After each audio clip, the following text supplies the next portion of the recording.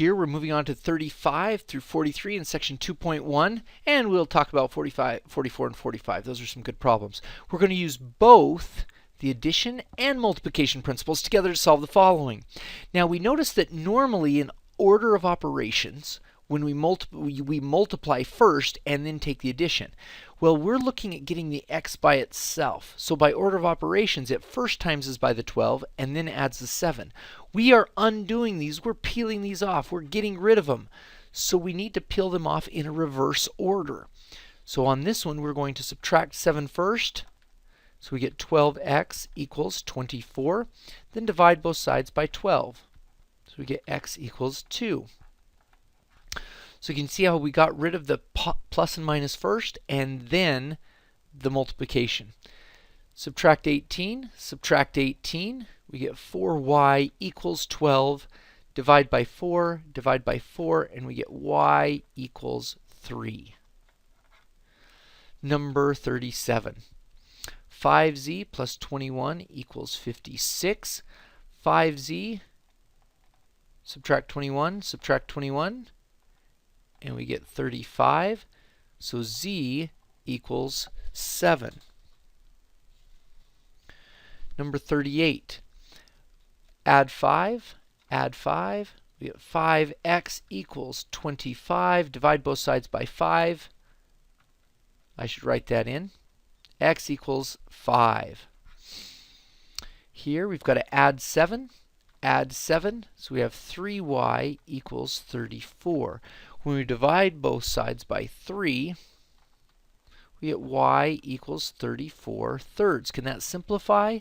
We could change it to an improper fraction, but I like it the way it is. But I'll write that down if those of you would like to do it. 3 goes into 34 11 times, and you have 1 left over. Number 40, negative 8x minus 10 equals 62. Add 10, and we get negative 8x equals 72. Divide by a negative 8, divide by a negative 8. Keep those two balanced, and we get x equals negative 9. Number 41, add 12, and we get negative 4x equals 30.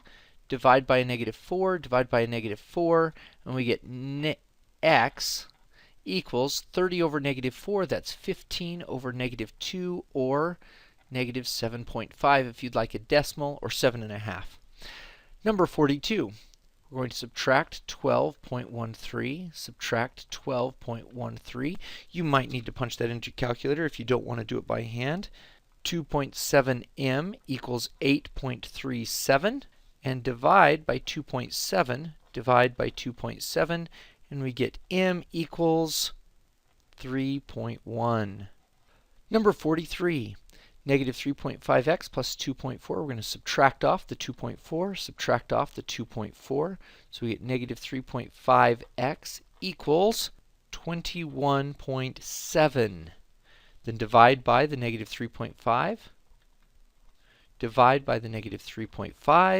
And we get x equals negative 6.2.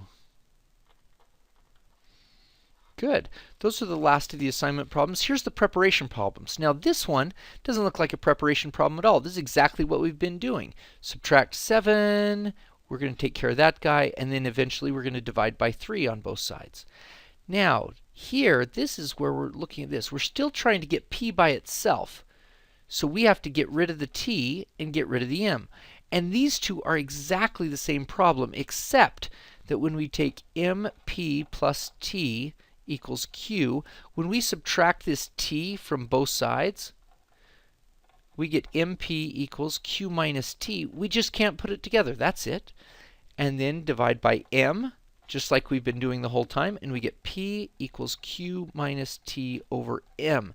Now what that allows us to do, you'll notice this was a formula. This wasn't a problem where we could get an answer. We now have the same formula, but it just looks different because p is now by itself. And that's what solve for p means. Good.